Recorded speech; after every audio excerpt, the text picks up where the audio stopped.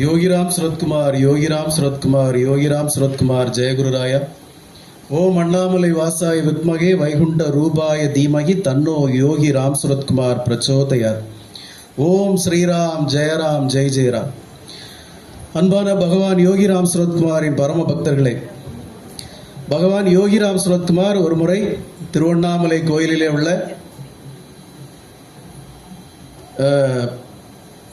குளக்கரையில் வைத்து ஒரு விஷயத்தை சொல்லுகிறார். யோகிராம் சுரத்குமார் என்னும் பெயரில்தான் எல்லாம் அடங்கியுள்ளது. யோகிராம் சுரத்குமார் என்று சொன்னாலே போதும், இவன் ஆசியும் அருளும் என்றென்றும் உண்டாகும் சொல்றார். ஒருவர் சந்தோஷமாக இருக்க விரும்பினால் இறைவனை சந்தோஷப்படுத்த வேண்டும். இறைவனை சந்தோஷப்படுத்துவது என்பது அவரது நாமத்தையே சொல்லிக் கொண்டிருப்பது. உங்களுக்கு துன்பம் நேரும் போது இந்த பிச்சைக்காரனுடைய பெயரை சொல்லுங்கள். என் தந்தை உடனே ஓடி வந்து உதவி செய்வார். இது எனது தந்தை எனக்கு அளித்துள்ள வாக்குறுதி. இந்த பிச்சைக்காரனால் எதையும் செய்ய முடியாது, ஆனால் இவன் நாமத்தால் எதையும் சாதிக்க முடியும்.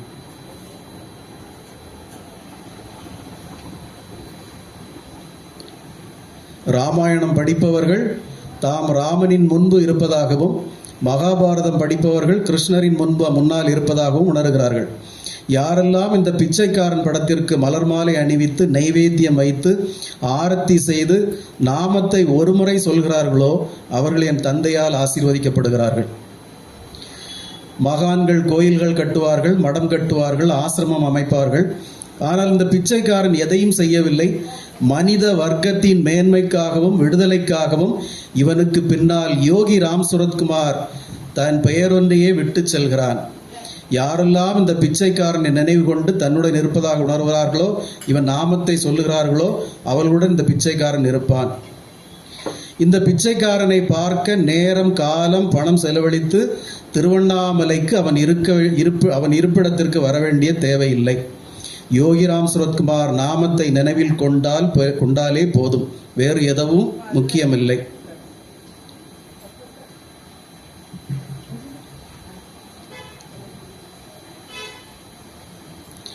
தந்தையின் பெயரையே சொல்லிக் கொண்டிருப்போம். வேதனை, கஷ்டம், கவலைகள் எல்லாம் சரியாக போகும். யோகி ராம் சுரத்குமார் இந்த பிச்சைக்காரனுடைய பெயர் இல்லை, தந்தையின் பெயர். அதை சொல்லி கூப்பிட்டால் தந்தை உடனே உதவி அனுப்புகிறார். நீங்கள் எங்கே இருந்தாலும் யோகி ராம் சுரத்குமார் நாமம் சொல்லுங்கள். என்ன நிகழ்கிறது பாருங்கள். உருவம் முக்கியமானதல்ல, இந்த பெயரை திரும்ப திரும்ப சொல்லுங்கள். இப்படி பல இடங்கள்ல பகவான் யோகி ராம் சுரத்குமார் இந்த நாமத்தினுடைய மகிமையே சொல்லியிருக்கார். பல இடங்கள்ல. ஏன் இந்த நாமத்தை பத்தியே பகவான் திருப்பி சொல்றாரு தெரியுமா? இப்போ நீங்க எல்லாருமே பகவானை புதிதாக அறிந்து கொண்டவர்கள். இத்தனை ஆண்டுகளாக உங்களுக்கு இப்படி ஒரு வழிபாட்டு முறையே நமக்கு அனுபவத்துல இல்லை.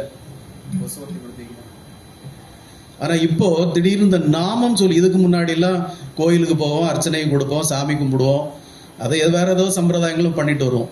ஆனால் யோகிராம் சுரத்குமார் அப்படிங்கிற ஒரு பெயரை நம்ம அறிந்த பிறகு நமக்கு முக்கியமான விஷயமே நாமம் சொல்றது அப்படின்னு வந்துருச்சுல்ல. அது ஏன், எதனால் அப்படி? பகவான் யோகிராம் சுரத்குமாரும் எப்பவுமே நாமத்தை சொல்லுங்கன்னு ஏன் சொல்றார்? வேற இதுவரைக்கும் நாம பார்த்துக்கிட்டு இருந்த பூஜைகள், புனஸ்காரங்கள், சாஸ்திரங்கள், சம்பிரதாயங்கள் எல்லாத்துலேயுமே சொல்லியிருக்காங்க, நீங்க இப்படி செய்யுங்க, இதெல்லாம் நடக்கும் அப்படின்னு. ஆனால் பகவான் யோகிராம் சுரத்குமார் அறிவியல் பூர்வமாக ஒரு விஷயத்த சொல்றார். அவர் என்ன பண்ணியிருக்காரு, திரும்ப அவர் சொல்றார் பல இடங்கள்ல, இந்த பிச்சைக்காரன் உங்களுக்காக வேற எதையும் விட்டு செல்லவில்லை. இந்த பிச்சைக்காரன் உங்களுக்காக பெரிய அதையோ இதையோ எதையுமே நான் விட்டு செல்லலை, என்னுடைய நாமத்தை மட்டுமே விட்டு செல்கிறேன். இந்த நாமத்தையே நீங்கள் திரும்ப சொல்லுங்கள். அதை பல இடங்கள்ல பலவிதமா என் தந்தையின் ஆசீர்வாதம், என் தந்தையினுடைய உதவி உடனே கிடைக்கும்னு பல இடங்கள்ல பகவான் யோகிராம் சுரத்குமார் சொல்லியிருக்கார். பகவான் யோகிராம் சுரத்குமார் பல நேரங்கள்ல பல இடங்கள்ல இந்த விஷயத்தை சொல்றது காரணம் என்ன? பகவான் யோகிராம் சுரத்குமார் அறிவியல் பூர்வமா ஒரு பெரிய சாதனையை செய்து நமக்காக வச்சுட்டு போயிருக்கார். அதை நீங்க அறிவியல் பூர்வமா எட்டணும் அப்படிங்கிறதுக்காகத்தான் திருப்பி நீங்க நாமத்தே சொல்லுங்க போதும்னு சொல்லியிருக்காரு. பகவான் யோகிராம் சுரத்குமார் பல ஆண்டுகளாக மோர் தென் ஒரு 60 இயர்ஸுக்கு மேலே, 60 ஆண்டுகளுக்கு மேலே நாமத்தையே சொல்லி, முதல் ரொம்ப ஆண்டுகளாக ராமநாமத்தை சொல்லி, பல ஆண்டுகளாக சிவனுடைய அருணாச்சலேஸ்வரர் நாமத்தை சொல்லி, பிறகு பல ஆண்டுகளாக தான் வரமாக பெற்ற யோகிராம் சுரத்குமார்ங்கிற நாமத்தையே சொல்லி சொல்லி அவர் சொல்லியிருக்கிறதெல்லாம் பில்லியன் ட்ரில்லியன்ல இருக்கும். அவ்வளவு தூரம் அந்த நாமத்தை சொல்லி அதை இந்த விண்வெளியில், இந்த பிரபஞ்சத்தில் விஞ்ஞானிகள் சொல்ற மாதிரி சிதாகாசத்தில் அவர் அதை பதிச்சுட்டு போயிருக்கார். இந்த சிதாகாசத்தில் பதிக்கிறதுங்கிறது நான் ஏற்கனவே ஒரு சத்சங்கத்தில் சொன்ன மாதிரி ஃப்ரீக்குவன்சி அப்படிம்பாங்க. இங்கேருந்து ஒரு ஃப்ரீக்குவன்சி அப்படிங்கிறது அங்கே ஒரு ஃப்ரீக்குவன்சி. நீங்கள் இங்கேருந்து எதை ஃப்ரீக்குவன்சியில் டச் பண்ணுறீங்களோ அங்கேருந்து உங்களுக்கு அது இதாகும். இந்த சிதாகாசத்துலங்கிறது இதிகாச பெயர், மற்றபடி அதுக்கு விஞ்ஞான பெயர் இருக்கு. அதாவது சயின்டிஸ்ட் என்ன சொல்லுவாங்கன்னா, ஒரு அளவுக்கு மேலே இது இருக்கும், காற்று இருக்கும், ஒரு அளவுக்கு மேலே ஆக்சிஜன் இருக்காது, ஒரு அளவுக்கு மேலே இது இருக்காது, ஒரு அளவுக்கு மேலே அது இருக்காது, ஒரு அளவுக்கு மேலே புவியீர்ப்பு விசை இருக்காது, அதுக்கெல்லாம் சொல்கிறாங்க இல்லையா, சத்தியம். இதே போல் இந்த சிதாகாசத்துலங்கிறது ஒரு லேயர். இந்த லேயரில் நாம் என்னென்ன மந்திரங்களை, என்னென்ன இதுகளை அங்கே பதிச்சு வைக்கிறோமோ அது நாம் இங்கேருந்து உச்சரிக்கிறப்போ அது நமக்கு எதிர்வலியாக வரும். அது நம்ம டச் பண்ணும். அது ஒரு ஹீலிங் பவர். பகவான் யோகிராம் சுரத்குமார் பல ட்ரில்லியன் தடவை இந்த நாமத்தை சொல்லி அதை இந்த சிதாகாசத்தில் அதை பதிவு பண்ணி வச்சிருக்கார். இது ஃபேக்ட், இது சயின்ஸ், இது விஞ்ஞானம். நாம் இங்கிருந்து அதனால தான் அவர், நீங்கள் எங்கிருந்தாலும் எந்த நிலையில் இருந்தாலும் யோகிராம் சுரத்குமார்ங்கிற நாமத்தை மட்டும் சொல்லுங்க, என் தந்தை உடனே உங்களுக்கு ஆசீர்வதிப்பார், உங்கள் கஷ்டங்களை கவலைகளை தீர்ப்பார்னு சொல்றது சும்மா இல்லை. ஏன்னா நாம பல ஆண்டுகளா சிவநாமத்தையோ எல்லாத்தையும் சொல்லி சொல்லி நம்ம ஒரு வைப்ரண்ட்ல இருக்கிற மாதிரி இந்த யோகிராம் சுரத்குமார்ங்கிற நாமத்தை அவர் இந்த சிதாகாசத்துல பதிவு பண்ணி வச்சிருக்காரு. இந்த யோகிராம் சுரத்குமார்ங்கிற மந்திரத்துக்குள்ள யோகிராம் சுரத்குமார், யோகிராம் சுரத்குமார், யோகிராம் சுரத்குமார், ஜெயகுருராயங்கிற மந்திரத்துக்குள்ள எல்லா மந்திரங்களும் அடங்கும், எல்லா நாமங்களும் இதுக்குள்ள அடங்கும். அதுதான் உண்மை. ராமநாமமா இருக்கட்டும், சிவநாமமா இருக்கட்டும், எல்லா நாமங்களும் இந்த யோகிராம் சுரத்குமார், யோகிராம் சுரத்குமார், யோகிராம் சுரத்குமார், ஜெயகுருராயங்கிற நாமத்துக்குள்ள இதெல்லாம் அடக்கம். பகவான் யோகிராம் சுரத்குமாருக்குள்ள எல்லா இறைவனும் அடக்கம். அதை பல தருணங்கள்ல, பல விஷயங்கள்ல பகவான் யோகிராம் சுரத்குமார் நமக்கு உணர்த்தியிருக்கார். பகவான் யோகிராம் சுரத்குமார் ஒவ்வொரு காலகட்டங்களையும் அதை நமக்கு உணர்த்தியே வந்திருக்கார். பலர் புரிஞ்சிருக்காங்க, பல பேர் புரியல. இப்போ நாம் இந்த யோகிராம் சுரத்குமார் நாம பிரச்சார குடியில் சத்சங்கம் பண்ண ஆரம்பித்த பிறகு அடிக்கடி ஒரு வாதத்தை சொல்லுவோம், கர்மா கர்மா கர்மா. இந்த கர்மா தான் நமக்கு எல்லாமே பிரச்சனை. அப்போ எல்லாருக்குள்ளேயும் ஒரு சந்தேகம் வருது, இந்த கர்மா கர்மா கர்மா அப்படின்னு சொல்கிறீங்களே, இந்த கர்மாவால் என்ன நடக்கும்? இந்த கர்மாப்படி தான் வாழ்க்கை நடக்கும்னா அப்போ நமக்கு என்ன இருக்குது? வேற நம்ம எதுவுமே செய்ய வேண்டியது இல்லையா அப்படின்னா, ஜோதிடத்தில் ஒருத்தர் மிக வல்லமை பெற்றவராக இருந்தார். ஜோதிட திலகம் பாஸ்கர பட்டர் அப்படின்னு அவருக்கு ஒரு பேர். அவர் ஜோதிடத்தோட சிகரம். அவருக்கு ஒரு மக இருந்தா. அந்த மகளுடைய ஜாதகத்தை கல்யாண வயசுல அவர் எடுத்து பார்க்கறச்ச அவளுக்கு ஏகப்பட்ட தோஷங்கள் இருக்கு. இந்த தோஷங்கள் படி அவர் பார்த்தா, அவர் ஜோதிடத்தில் சிகரம் பெற்றவர். இந்த ஜாதகப்படி பார்த்தா வரக்கூடிய மருமகன் உடனடியாக இறந்து போயிடுவான். மகளுக்கு வாழ்க்கை இல்லை. இப்போ அவர் யோசிக்கிறார், அப்போ இந்த பிள்ளைக்கு நம்ம என்ன பண்ண, அவருடைய சொந்த மகன், இப்போ இந்த பொண்ணுக்கு நம்ம என்ன பண்ண அப்படின்னு பார்க்குறப்ப சாஸ்திரத்திலே அதுக்கு ஒரு விதிமுறை என்ன இருக்குன்னா, சரியான காலகட்டத்தில் அனைத்து கிரகங்களும் உச்சம் பெற்ற ஒரு நல்ல நேரத்தில் ஒரு முகூர்த்தத்தை வச்சா இந்த கஷ்டங்கள் கொஞ்சம் மாறுறதுக்கான வாய்ப்புகள் இருக்கு. இந்த ஒரு நிர்ணயிக்கப்பட்ட ஒரு விதி திரும்பி போறதுக்கு உண்டான ஒரு வாய்ப்பு இருக்கு அப்படின்னு அவருக்கு தெரியுது. அப்போ அந்த காலத்துல, அந்த பாஸ்கர பட்டர் வாழ்ந்த காலத்துல கடிகாரம் கிடையாது, சூரியனை பார்த்து மணி சொல்ற நேரம். அப்போ இந்த ஜோசியர்கள் என்ன பண்ணுவாங்களான்னா, இந்த நீர் சொற்றதை வச்சு நேரத்தை கணிப்பாங்க. ஒரு செகண்டுக்கு எத்தனை நீர் சொட்டுது அப்படிங்கிறத வச்சு நேரத்தை கணிப்பாங்க. அதே போல தன்னுடைய மகளுக்கு நல்ல முகூர்த்த நேரத்துல, அனைத்து கிரகங்களும் உச்சம் பெற்ற ஒரு நேரத்துல நாம இந்த திருமணத்தை நடத்தினா நம்மளுடைய மகளுடைய இந்த விதி மாறி போயிடும், தன்னுடைய மருமகன் உடனே இறந்து போயிடுவாங்கிற விதி மாறி போயிடும் அப்படிங்கிறதுக்காக அவர் என்ன பண்றாருன்னா, இந்த நீர் சொற்றதை வச்சு ஜாதகத்தை கணிச்சு டைமை குறிச்சு அந்த நேரத்தில் முகூர்த்தத்தை வைக்கிறார். கல்யாணம் சிறப்பாக நடந்தது. ஆனா அந்த ஜாதகத்தில் இருந்தபடியே அவருடைய மருமகன் உடனடியாக இறந்து போயிடுறார். அப்போ அந்த பாஸ்கர பட்டருக்கு பயங்கர வருத்தம். இது எப்படி நாம் நீர் சொற்றதை வச்சு டைமிங்கை கரெக்டாக தானே கணிச்சு சொன்னோம், இதில் எப்படி இந்த தவறு நடந்தது அப்படின்னு பார்த்தா, அந்த நீர் சொட்டுற இடத்துல ஏதோ ஒரு அடைப்பு இருந்திருக்கு. அது ஒரு செகண்டுக்கு இத்தனை சொட்டு விழ வேண்டியது கொஞ்சம் லேட்டா விழுந்திருக்கு. அப்போ அந்த கணப்பொழுது நேர பொழுது மாறி போயிருது. அப்போ பாஸ்கர பட்டர் உணர்ந்தாரு, விதிப்படி தான் எல்லாம் நடக்கும் அப்படின்னு அவர் நினைச்சுக்கிட்டார். அப்போ ஆனா பகவான் யோகிராம் சுரத்குமார் என்ன சொல்றாரு, கர்மாங்கிறது கரைக்க முடியாதது இல்லை. பகவான் எப்பவுமே ஒரு வாசல் மூடினா 9 வாசல் திறப்பாருங்கிறத நமக்கு சாஸ்திரம் சொல்லுது. அப்போ கர்மவினைகளை நம்ம நிறைய சம்பாதிச்சிட்டோம், நமக்கு நிறைய கஷ்டங்கள் துன்பங்கள் இருக்கு. இந்த கர்மவினைகள்ல இருந்து விலகிறதுக்கு நம்ம என்ன வழி பண்றது அப்படின்னா, அதுக்கு ஒரு மகான் என்ன சொல்றாருன்னா, இப்போ நான் நிற்கிறேன், நீங்களாம் அமர்ந்திருக்கீங்க, நான் மட்டும் நிற்கிறேன். இப்போ என்ன நீங்கள் ஒரு காலை தூக்குங்கன்னா ஒரு காலை என்னால் தூக்கிட முடியும். சரி, இதை தூக்கி வச்சுட்டு இன்னொரு காலை தூக்குங்கன்னா தூக்க முடியாது. அப்போது இதுதான் பேசிக்.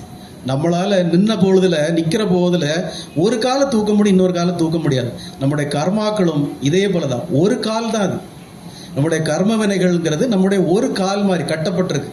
ஆனால் கடவுள் உங்களுக்கு இன்னொரு காலை சுதந்திரமாக தந்திருக்கான். அந்த சுதந்திரமான காலை வைத்து நீங்கள் இந்த கர்ம வினைகளை களைய முடியும். ஆனால் நாம் அந்த விழிப்புணர்வில் இல்லை. இப்போ இங்க இருக்கிறவங்களுக்கு ஓரளவுக்கு விழிப்புணர்வு இருக்குமா இருக்கும். நேத்து ஒரு இடத்துல நான் ஒரு மோட்டிவேஷன் ஸ்பீச் கொடுத்தேன். அங்க இருந்ததுல 3/4 பேருக்கு அந்த விழிப்புணர்வே கிடையாது, சத்தியமா கிடையாது. ஏன்னா அவங்களுடைய கர்மவினை அப்படிதான் இருக்கு. அவங்க தன்னுடைய 2 கண்ணையும் குதிரைக்கு மாதிரி கட்டிட்டு, அவங்களுக்கு என்ன ரீல்ஸ்ல சொல்லப்பட்டிருக்கோ, அவங்களுக்கு என்ன வாட்ஸ்அப்ல ஒரு மெசேஜ் வருதோ, அவங்களுக்கு என்ன ஃபேவரட் ஆக்டர்ஸ் சொல்றாங்களோ, அவங்க என்னென்ன காட்சிகளை பார்க்குறாங்களோ அதே ஃபாலோ பண்ணி போயிட்டு இருக்கிறாங்க. That's all. அப்போ நாம ஒரு கால் நமக்கு அப்படி அதே வழியில போறவங்களுக்கு, அதுதான் நம்முடைய வாழ்க்கை நினைச்சிட்டு போறவங்களுக்கு நீங்க ஒண்ணு புரிஞ்சுக்கோங்க, கர்ம வினைகள் ஒரு காலத்துல 2 காலையும் கட்டிடும். அதுக்கப்புறம் நீ குதிச்சு போனாலும் போய் லட்சியத்தை அடைய முடியாது. நாம கொடுத்து வச்சவங்க, we are so blessed. நாம பகவானுடைய காலடியில் வந்துட்டோம். நமக்கு இப்போ ஒரு கால் ஃப்ரீடமா இருக்கு. அந்த ஒரு காலை வச்சு நம்மளால கர்ம வினைகளை களைய முடியும். அந்த ஒரு காலை வச்சு நாம களைய முடியுங்கிறது நான் சொல்றது ஒரு உதாரணத்துக்கு சொல்றது. அப்ப நமக்கு ஒரு ஆப்ஷன் இருக்கு. இப்போ நம்முடைய கர்மவினைகள் எல்லாம் களையறதுக்கு பகவான் யோகி ராம் சுரத்குமார் அனைத்து நாமங்களையும் உள்ளடக்கிய, அனைத்து மந்திரங்களையும் உள்ளடக்கிய ஒரு எளிதான ஒரு நாமம். சாஸ்திர சம்பிரதாயங்களை நீங்க போய் பார்த்தா தெரியும். நான் வச்சிருக்கேன் PDF ஃபார்மேட்ல. அந்த மந்திரங்கள்லாம் எவ்வளவு இருக்கு தெரியுமா? நீங்க நாள் பூதா சொன்னாலும் இந்த உலகத்துல நம்முடைய முன்னோர்கள், சித்தர்கள், யோகிகள் சொல்லி வச்சிருக்கக்கூடிய மந்திரங்களை உங்களால சொல்லி முடிக்க முடியாது. சமஸ்கிருதத்துல ஒரு எழுத்து உச்சரிப்பு தவறா போகக்கூடாது. சமஸ்கிருதத்துல ஒரு ப்ரொனவுன்சியேஷன் தவறா போகக்கூடாது. போனா அந்த மந்திரத்தோட மீனிங்கே மாறிடும். இவ்வளவு கஷ்டங்களுக்கு இடையிலையும், இவ்வளவு சிரமங்களுக்கு இடையிலையும் 5000 வருடைய வேத இதுகளெல்லாம் உடைத்தறிந்து பகவான் யோகிராம் சுரத்குமார் தவத்தின் மேல் தவம் இருந்து நாமத்தையே சொல்லி தன் தந்தையிடம் இருந்து நமக்காக எளிமையான வலிமை மிக்க ஒரு மந்திரத்தை இந்த இடத்துல பிரபஞ்சத்துல பதிச்சுட்டு போயிருக்காரு. அதை நீங்க இங்கிருந்து உச்சரிக்கிறப்போ, ஓங்கி அந்த நாமத்தை உச்சரிக்கிறப்போ அது உங்களுக்கு அங்க எதிரொலிக்கும். அதனால தான் சொல்றாரு, இந்த நாமத்தை சொல்ல சொல்ல உங்களுடைய கஷ்டங்கள், கவலைகள் எல்லாம் தீரும்னு அவர் இதனால தான் சொல்றார். நான் என் கண்ணால நான் அனுபவிச்சிட்டு இருக்கேன். இன்னைக்கு காலையில கூட எனக்கு பலதையும் பகவான் யோகிராம் சுரத்குமார் காமிச்சு தந்தார். கொஞ்ச நாட்களாக எனக்கு இருந்த மன வருத்தம், கவலைகள் இதெல்லாம் தீக்கிறதுக்காக சில காட்சிகளை காட்டி தந்தார்.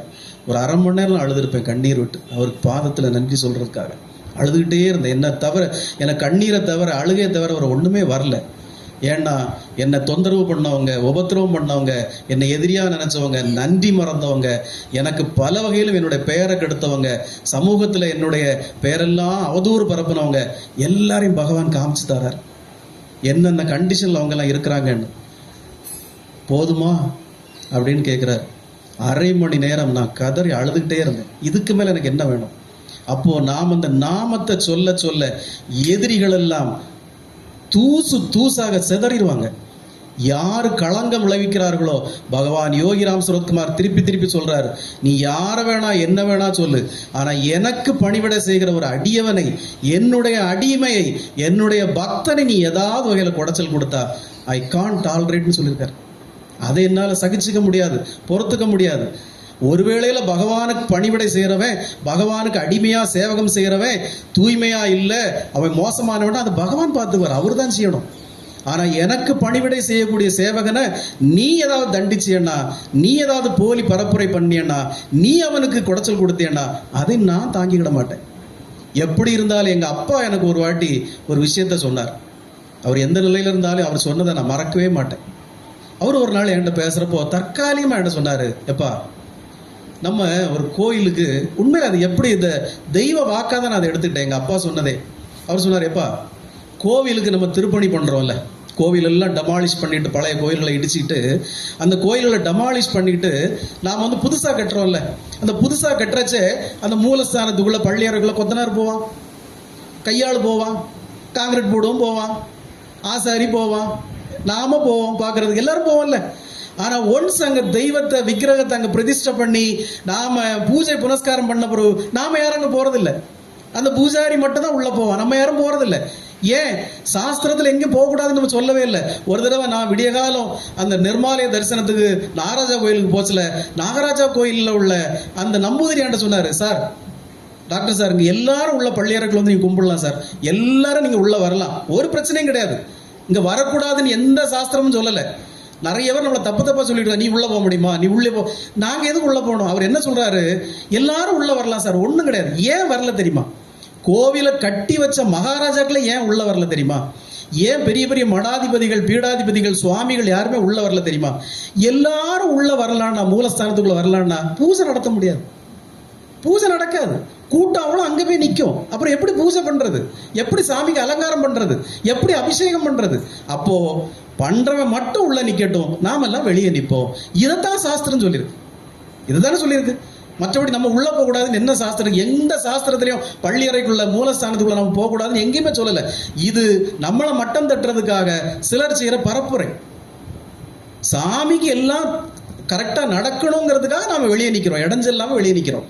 அதை செய்யறவன் மட்டும் உள்ள நிக்கிறான், அதான உண்மை. அப்போ எங்க அப்பா சொன்னாரு, ஒன்ஸ் நம்ம அந்த கோவில் கும்பாபிஷேகம் செய்த பிறகு, சாமி அங்க பிரதிஷ்டை பண்ண பிறகு நாம யாரும் உள்ள போறதில்லை. அந்த பூஜை வைக்கிற அந்த சாமிக்கு சேவகம் செய்யறவன் மட்டும்தான் உள்ள நிக்கிறான்.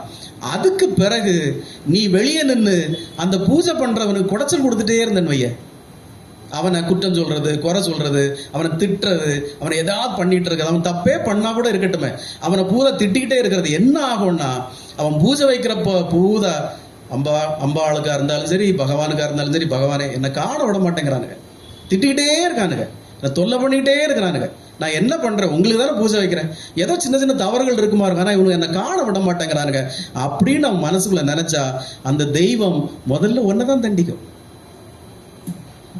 இது எங்க அப்பா சொன்ன வேதம். அந்த தெய்வம் முதல்ல ஒன்னதான் தண்டிக்கும், அதுக்கப்புறம் அவன் செய்யற தவறுக்கு அவன் அனுபவிப்பான், அது வேற, அது கர்மவன்கிட்ட இருக்கு. ஆனா அவனை நீ சும்மா நோண்டிக்கிட்டே இருந்து அவனை நிம்மதியா இருக்க விடலன்னா முதல் தண்டனை உனக்கு தான் அப்படின்னாரு. இதுதான் வேத சத்தியம். இறைவனுக்கான பணியை ஒருத்தன் செய்யறப்போ, இறைவனுக்கான சேவை ஒருத்தன் செய்யறப்போ, அதை புறம் பேசி கெடுதல் பேசி கெடுதலா செய்து பரப்புரை செய்து போலியான பரப்புரைகள் செய்தா அதை பகவான் தாங்கிக்கவே மாட்டார். அதை எனக்கு இன்னைக்கு பல இடத்துல காட்டி தந்திருக்கார். பல பரிதாபமான நிகழ்வுகளை கண்ணு முன்னாலே காட்டி தந்தார். அந்த ஒரு அரை மணி நேரம் அவருக்கு நான் வேற எதுல நன்றி சொல்ல முடியும்? என்னுடைய கண்ணீரால மட்டும்தான் நான் நன்றி சொன்னேன். சரி பகவானே, இருந்தாலும் தண்டிச்சிடாதீங்க, எல்லாரும் வாழணும், எல்லாரும் நல்லா இருக்கட்டும், எல்லாரும் அவங்க அவங்க கர்ம வினைகளை சந்தோஷமா அனுபவிச்சுட்டு போட்டோம், ஒன்றும் பிரச்சனை இல்லை, இங்க ஒன்றும் குறையிறது இல்லை.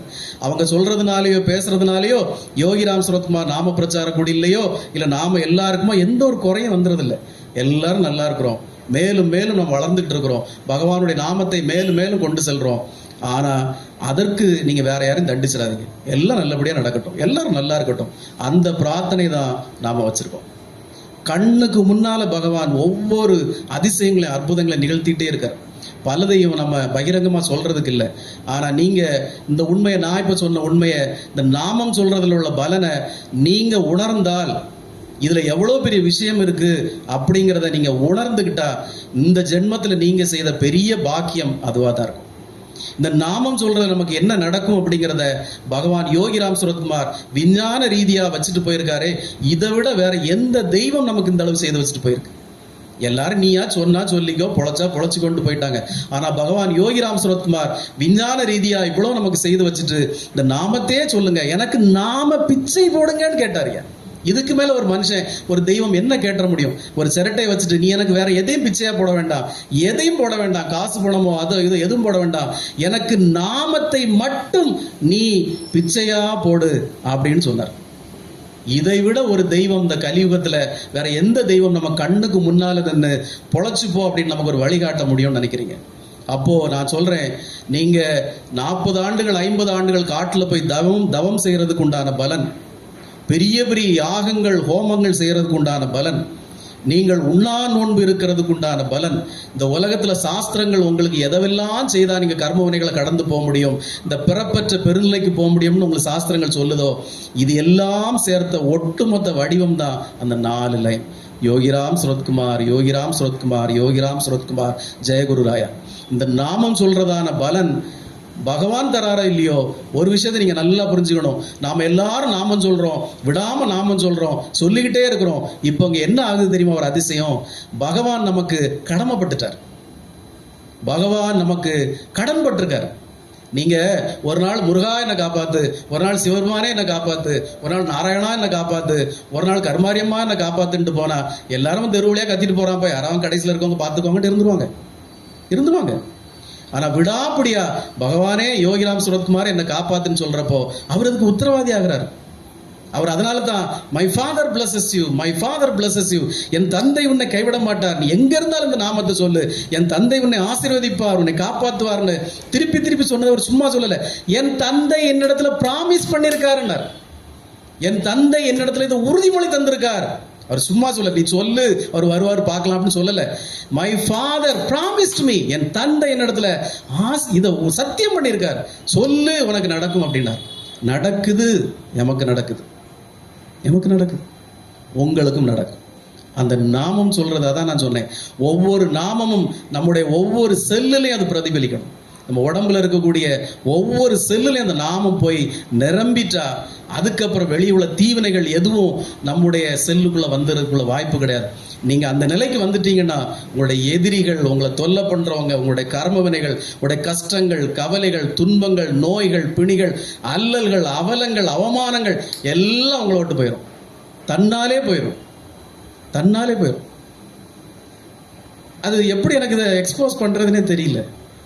ஒரு சில பேர் நம்மளை கவுத்திடலாம், இதோட முடிச்சு விட்டுடலாம் நினைச்சு என்னெல்லாமோ ஃபேக் ஐடியெல்லாம் வச்சு பண்ணாங்க. பகவானுடைய கருணை, ஒரே ஒரு பதிவு 50,000 வியூஸை தாண்டி போயிட்டு இருக்கு. இதை பெரிய சாதனைன்னு சொல்லலை, ஆனால் அவருடைய கருணையை நான் சொல்றேன். நீங்க எதை வச்சு என்ன கவுக்கணும், இவனை இதோட முடிச்சு விட்டுறணும், அது ஒரு வடிவேலுக்கு டயலாக்லாம் போடுறாங்க, நாங்கெல்லாம் மதுரைக்காரன்டா, இதெல்லாம் நாங்களை முடிக்காம விட்டுருவோமா அப்படின்லாம் போட்டாங்க. ஆனா அவர் ஒரே ஒரு பதிவை 1,001K வியூஸுக்கு மேல போக வச்சு, அதை எத்தனை 200-300 ஷேர்ஸ் போக வச்சு, வியூஸ் மட்டுமே 50,000 வியூஸ் போக வச்சு, நான் இருக்கேன்டா, நீ கவலைப்படாம இந்த பிரச்சாரத்தை முன்னெடுத்து போ, எதையும் கண்டுக்காத, நான் இருக்கிறேன்னு காட்டித்தரேன். ஆனா அதே நேரத்தில் நம்மளை யாரு போலி பிரச்சாரங்கள் பண்ணாங்களோ அவங்கள இப்ப பல இடங்கள்ல காணவே முடியல. எந்த போலி பிரச்சாரத்துக்கு முதல்ல ஆரம்பத்தில் அதிக ஆதரவு இருந்தது, இப்ப ஆதரவே இல்லை, கடையை பூட்டுற கண்டிஷன். அப்போ பகவான் யோகிராம் சுரத்குமார் இதைத்தான் செய்வார். நான் ஏன் கடமையை செய்கிறேன், பகவானுடைய ஆசீர்வாதம் இல்லாம யாரும் பகவானுடைய பணியை செய்ய முடியாது. அப்ப பகவான் அதை மட்டும் செய்யல, இப்போ அவருக்கு ஒரு ரிவெஞ்ச் ஆயிட்டு, சரி நீ இவ்வளவு நாளா கஷ்டப்பட்டல, அன்னைக்கு இதெல்லாம் கேட்டுட்டு இருந்தல, சரி ஓ டேக் இட், போ கோ ஹெட் அப்படின்ட்டாரு. இப்போ எது கஷ்டப்படுற, இதெல்லாம் விட்டு தள்ளு, பார்த்துக்கலாம், நாம இருக்கோம், உனக்கு என்ன பணி தந்திருக்கோமோ அந்த பணி தைரியமா செய்துட்டார். அப்போ நான் அவங்களுக்கு போய் நன்றி சொன்னேன், ரொம்ப நன்றி தலைவா, ஏதோ சும்மா கிடந்த சங்க ஊதி விட்டு பெருசாக்கி விட்டீங்க, ரொம்ப நன்றி, தொடர்ந்து உங்க திருப்பணியை செய்யுங்க, பகவான் உங்களுக்கும் அருள் புரிவார். எல்லாருக்கும் ஆசீர்வாதம் தான், யாரும் நமக்கு சண்டை கிடையாது, எதிரிங்கிறதே நமக்கு கிடையாது. யோகிராம் சுரத்குமாருக்கு அடிமை வேலை செய்யற எந்த அடிமைக்கும் இங்க யாருமே எதிரி கிடையாது. பகவான் எல்லாரையும் நேசிக்க தான் கற்றுக் கொடுத்திருக்கார். நமக்கு சத்தியம், இங்க விருப்பு வெறுப்புங்கிற நிலையை கடந்து நம்ம இருக்கிறோம். யாரையும் எனக்கு பிடிக்காது அப்படிலாம் கிடையாது. சரி, ஒருத்தர் நம்மளை வெறுக்கிறாரா, அந்த இடத்துல நம்ம ஒதுங்கி இருந்துக்கும், அவ்வளவுதான். அதுதான், வேற ஒண்ணுமே இல்லை. இப்போ பகவான் யோகிராம் சுரத்குமார் கருணையோட இருக்கார். இந்த கணம் நீங்க இந்த நாமம் சொன்னா என்ன நடக்கும்ங்கிறத புரிஞ்சுக்கணுங்கிறதுக்காக தான் இதை சொன்னேன். அதனாலதான் நாங்க ஒவ்வொரு தடவையும் அபிஷேகத்துல உங்க கவனம் போக வேண்டிய அவசியமே கிடையாது. இன்னொன்னு சொன்னா, பகவான் யோகிராம் சரத்குமார் வாழ்க்கையில் ஒவ்வொரு நிலையும் எப்படி கடந்து கடைசி அந்த இறை நிலைக்கு எப்படி வந்தாருங்கிறதே ஒரு அழகான விளக்கமா இருக்கும். நாம இப்போ அந்த முதல் நிலையில இருக்கிறோம். இன்னும் போக போக பகவான் யோகிராம் சரத்குமார் என்ன சொல்லியிருக்காரு இதுல, நான் படிச்சதுல இந்த புக்ல, இந்த வழிபாட்டு முறைகளே தேவையில்லை, இந்த உருவம் முக்கியம் இல்லை, இந்த படம் முக்கியம் இல்லை, எதுவுமே முக்கியம் இல்லைங்கிறார். எதுவுமே முக்கியம் இல்லைங்கிறார். புரியுதா உங்களுக்கு? ராமகிருஷ்ண பரமஹம்சர் பல மணி நேரங்கள் இந்த உடலை பிரிச்சு அந்த சமாதி நிலையில் இருப்பார். உடம்பு இங்க இருக்கும், ஆனால் அவர் இறைவன்ட்ட இருப்பார். பலர் போய் தட்டுனாலும் அவரை பிடிச்சி உலுப்புனாலும் அவர் அந்த நிலைக்கு வரமாட்டார். ரொம்ப நேரம் அவரை உலுப்பி கொண்டு வந்தா, ஏன் என்ன கலைச்சிங்க, நான் இன்பமான நிலையில காளி கூட பேசிட்டு இருந்தேன், காளி கூட என்ன ஏன் இப்படி பண்ணீங்கன்னு கேட்பார். அதையே அவருக்கு குருவாக ஒரு காலத்துல ஒருத்தர் வந்தவர், அந்த காளிங்கிற உருவமே பொய் அப்படின்னார். நீ உருவச்சு வச்சிருக்கிறே அந்த காளிங்கிற உருவம் பொய் அப்படின்னார். அவர் ராமகிருஷ்ண பரமஹம்சர், என்ன சொல்றீங்க நீங்க? நான் காளி எத்தனை வருஷமா வழிபட்டு இருக்கேன், எவ்வளவு நாள் அவர்கிட்ட பேசிட்டு இருக்கிறேன், அவன் எனக்கு காட்சி தராளே, அவகிட்ட தான் நான் பேசிட்டு இருக்கேன் அப்படின்னார். அவர் சொன்னார், இல்லை, இங்க ஒரு உருவமே இல்லை, இங்க எதுவுமே இல்லை, அந்த உருவத்தை கூட நீ விலக, அது எப்படி, how it is possible, என்னால் எப்படி இந்த உருவத்தை நான் பார்க்கிறேன் அந்த உருவத்தை அப்படின்னார். அப்ப சொன்னார், இல்லை, நீ 99% வந்துட்ட, இந்த 1% இந்த காளிங்கிற அந்த ஒரு உருவத்தையே நீ மறந்துட்டேன்னா நீ அதுக்கப்புறம் பிரம்ம நிலைக்கு போயிட்ட அப்படின்னார். இப்போ நான் எப்படி பண்றதுன்னார், நீ திரும்பவும் அந்த காளிகிட்ட பேசிட்டு இருக்கிற அதே நிலையில உட்காரு, நான் ஒரு பீங்கான் எடுத்து ஒரு நெத்தியில, நீ இங்க தானே ஒரு நிறுத்தி வச்சிருக்க காளியை, அந்த பீங்கான் எடுத்து அதுல ஒரு டக்குன்னு ஒரு கீறுகிறவன், அந்த பெயினோட நீ அந்த காளியை மறந்துடும். அதே மாதிரி செய்தார் ராமகிருஷ்ண பரமஹம்சர். அதே நிலையில இருக்கிறச்ச அந்த குரு ஒரு பீங்கான் எடுத்து இந்த நெத்தியில ஒரு கிளி கிழிச்சிட்டார், டப்புன்னு அந்த ஃபீல்ல காளி. அப்போ அந்த பரபிரம்ம நிலைங்கிறது எல்லாத்தையும் மறந்த நிலை. சிவம்ங்கிறது என்ன, அதான் ஒருத்தர் சொன்ன, சிவம்ங்கிறது என்ன, எதுவுமே இல்லாததுதான் சிவம். ஏதாவது ஒண்ணு இருந்தா அது கடவுளே கிடையாது. எனக்கு அது இருக்கு இது இருக்கு அப்படின்னா அது கடவுள் கிடையாது. எதுவுமே இல்லாதது தானே சிவம். சிவனுக்கு எதுவுமே கிடையாது. அப்போ எதுவுமே இல்லாததுதான் கடவுள். அப்ப நாமளும் அந்த நிலையை நோக்கியாவது நம்ம பயணிக்கணும். நாம எவ்வளவு நாளைக்கு இப்படியே பூஜை புனஸ்காரம் அது இதுன்னு பண்ணிட்டே, அப்போ இந்த நிலையை நம்ம கடந்து கடந்து கடந்து பகவான் யோகிராம் சரத்குமாரோட ஒன்றதுக்கு நாம நிலைகள் இன்னும் கடந்து போனோம். அதுக்கு ஒரே வழி, நீங்கள் விடாமல் நாமம் சொல்றதா. அந்த நாமத்தையே சொல்றப்போ பகவானுங்க விஞ்ஞான ரீதியா நிறுவி வச்சிருக்க, அந்த பிரபஞ்சத்தில் நிறுவி வச்சிருக்க அந்த அந்த இது உங்களுக்கு, அந்த இது வந்து உங்களை வசியம் பண்ணும். இதை தவிர்த்து பகவான் யோகிராம் சரத்குமார் ஒன்று சொல்லியிருக்கார் கடைசியா, அதை நான் சொல்லிடுறேன். எவன் ஒருவன், நான் இப்ப சொன்ன நிலையில நீங்க போயிட்டே இருக்கீங்களோ, நாமத்தையே சொல்லிட்டு இருக்கீங்களோ, அவன் இந்த பூத உடலை துறக்கும் போது நானே வந்து கூட்டிட்டு போவேன் அப்படின்னு சொல்லியிருக்காரு. எல்லாரும் யோகிராம் சரத்குமார் சொல்லுங்க, சொல்லுங்க என்ன, யோகிராம் சரத்குமார் ஜெயகுருராய். அப்போ அவரு என்னுடைய நாமத்தையே ஜபமாக, என்னுடைய நாமத்தையே சொல்லிட்டு இருந்து வேற எதுவுமே இந்த உலகத்துல இல்லைங்கிற ஒரு பரிபூர்ண நிலைக்கு போயிட்டவங்க யாரா இருந்தாலும் இந்த பூத உடலை அவங்க திறக்கிறப்போ நான் வந்து அவன் கரத்தை பிடித்து கூட்டிட்டு போயின்றிருக்கார். இதை விட நமக்கு வேற என்ன பாக்கியம் வேணும் சொல்லுங்க? ஒருத்தங்க நிறைய பேர் இந்த இதெல்லாம் கொடுப்பாங்கல்ல, அந்த இறந்தவங்களுக்கு திதி அதெல்லாம் கொடுப்பாங்கல்ல, அவங்க அதுக்கெல்லாம் என்ன சொல்லுவாங்க தெரியுமா? என்ன எல்லாம் அது இப்படி கடந்து அங்கே போவாங்க, அங்கே போய் ஒரு வருஷம் அங்கே இருப்பாங்க, ஒரு வருஷம் இங்கே இருப்பாங்க, ஒரு நூல் பாலத்தில் போவாங்க. அப்போ அவங்களுக்கு தண்ணி தாகம் எடுக்கும், அதுக்கு தான் நம்ம வந்து எள்ளு தண்ணி கொடுக்குறோம், அதை கொடுக்குறோம், இதை கொடுக்குறோம்னு சொல்லுவாங்கல்ல, கேள்விப்பட்டிருக்கீங்கல்ல? அதுக்கு தான் நம்ம திதி தோறந்து எள்ளு தண்ணி கொடுக்குறோம், காக்காக்கு சோறு வைக்கிறோம், அது வைக்கிறோம், அவங்க பசியோடு இருப்பாங்க, அப்படி போவாங்க. நம்ம பண்ணலைன்னா, இந்த ஆடி அமாவாசையில் பண்ணலைன்னா அடுத்த ஒரு வருஷம் அவங்க பட்னியோடு இருப்போம், அப்படிலாம் சொல்லுவாங்கல்ல. ஆனால் நமக்கு அந்த பிரச்சனை இல்லை. ஏன்? பகவான் யோகிராம் சரத்குமார் அவர் நம்ம கையை பிடிச்சி கூட்டிட்டு போயிடுறார். உங்களுக்கு பசியோ தாகமோ நூல் பாலமோ அங்கே குத்திட்டு இருக்கிறதோ இங்கே குத்த வச்சுக்கிட்டு இருக்கிறதோ, ஐயோ பேரப்பிள்ளை திதி கொடுக்கல, என் மகன் எனக்கு திதி கொடுக்கல, ஐயோ எனக்கு எள்ளு தண்ணி ஊத்தல, இந்த பாடுகள் நமக்கு இல்லை. நீ நல்லா புரிஞ்சுக்கணும், இந்த பரிதவிப்புகள் நமக்கு இல்லை. நீங்க நாமத்தையே விடாம ஜபிக்கிறப்போ சிரிக்கிறது சொல்லலை, ஃபேக்ட். பகவான் யோகிராம் சரத்குமார் சத்தியம்னு சொல்லியிருக்கார். எவன் ஒருவன் இந்த நிலையெல்லாம் விட்டு இதுக்கு மேல 4 படி மேல போய் யோகிராம் சரத்குமார் நான் இருக்கிற இடத்துல நீ நாமத்தை சொன்னா அங்க இருப்பேங்கிறார். ஒரு உருவமோ படமோ எதுவுமே உனக்கு தேவையில்லைங்கிறார். என்னை பார்க்கறதுக்காக இங்க நீ திருவண்ணாமலைக்கு அலைய வேண்டான்ட்டார் சொல்லியிருக்காரு. அந்த புக்கில் படிங்க, உங்களுக்கு தந்திருக்கேன். என்னை பார்க்கறதுக்காக நீ காசு பணம் செலவு திருவண்ணாமலைக்கு அலைய வேண்டிய அவசியமே கிடையாது. அதான் சொன்னார் ஒரு பக்தகிட்ட, இந்த உடம்புக்கு நீ முக்கியத்துவம் கொடுக்காத. இந்த உடம்பு தான் யோகிராம் சரத்குமார் இல்லை. இந்த யோகிராம் சரத்குமார்ங்கிறது எல்லா இடத்துலையும் நிரம்பி இருக்கு. இப்போ இங்கேயே இருக்காரு, நிரம்பி இருக்காரு. ஒன்று புரிஞ்சுக்கோங்க, பகவான் யோகிராம் சரத்குமார் ஒரு இடத்துல வந்து இருக்கிறாருன்னா ஆஞ்சநேய மூர்த்தி இருக்கிற மாதிரி, அங்க ராமபுரான், சீதா பிராட்டி, லக்ஷ்மணன், சிவபெருமான் எல்லாரும் இருக்கிற மாதிரி இந்த இடத்துல இப்போ சகல தெய்வங்களும் அமர்ந்திருப்பாங்க. அதனால தான் நாம் இந்த கணம் நிம்மதியா இருக்கிறோம், சந்தோஷமா இங்க இருக்கிற நேரம் சந்தோஷமா இருக்கிறோம். இப்போ பகவான் யோகிராம் சரத்குமார் நம்ம கையை பிடிச்சி அழகா கூட்டிட்டு போகணும்னு நினைக்கிறீங்களா? இல்லை பரித வச்சு கஷ்டப்பட்டு எள்ளு தண்ணிக்கு அடியோலப்பட்டு மோட்சத்தை போய் அடையாம வழியில கிடந்து பாடாப்பட்டு நறுங்கி நரகத்துக்கு போகணும்னு நினைக்கிறீங்களா? அந்த ஒன்னே ஒன்று தான் நான் சொல்லுவேன். திருப்பி திருப்பி சொல்றேன், நான் சொல்லலை, எல்லா யோகிகளும் சித்தர்களும் ஞானிகளும் சொல்லிருக்காங்க, இந்த பிறப்பு இறப்புங்கிறது ஒண்ணுமே கிடையாதுன்னு இருக்காங்க. ஆனா இதுக்கு மேல ஒரு வாழ்வு இருக்குங்கிறத அவங்க தன்னுடைய ஞான திருஷ்டியால சொல்ல, அது உண்மை. எப்படி 5000 ஆண்டுகளுக்கு முன்பே 9 கோள்கள் இருக்குன்னு கண்டுபிடிச்சு சொன்னாங்களோ, எல்லா விஷயங்களும் அவங்க கண்டுபிடிச்சு சொன்னாங்களோ, அதே போல இந்த பிறப்பு இறப்புங்கிறது ஒரு டெம்பரரி தான். ஆனா இந்த இதுக்கு பிறகுதான் உனக்கு வேறொரு உலகம் இருக்கு, வேறொரு வாழ்க்கை இருக்குன்னு சொன்னாங்க. இதை கடவுள் நம்பிக்கை இல்லாதவங்க எப்படி வேணாலும் கிண்டல் பண்ணிக்கலாம், அதை நம்ம பத்தி பிரச்சனை இல்லை.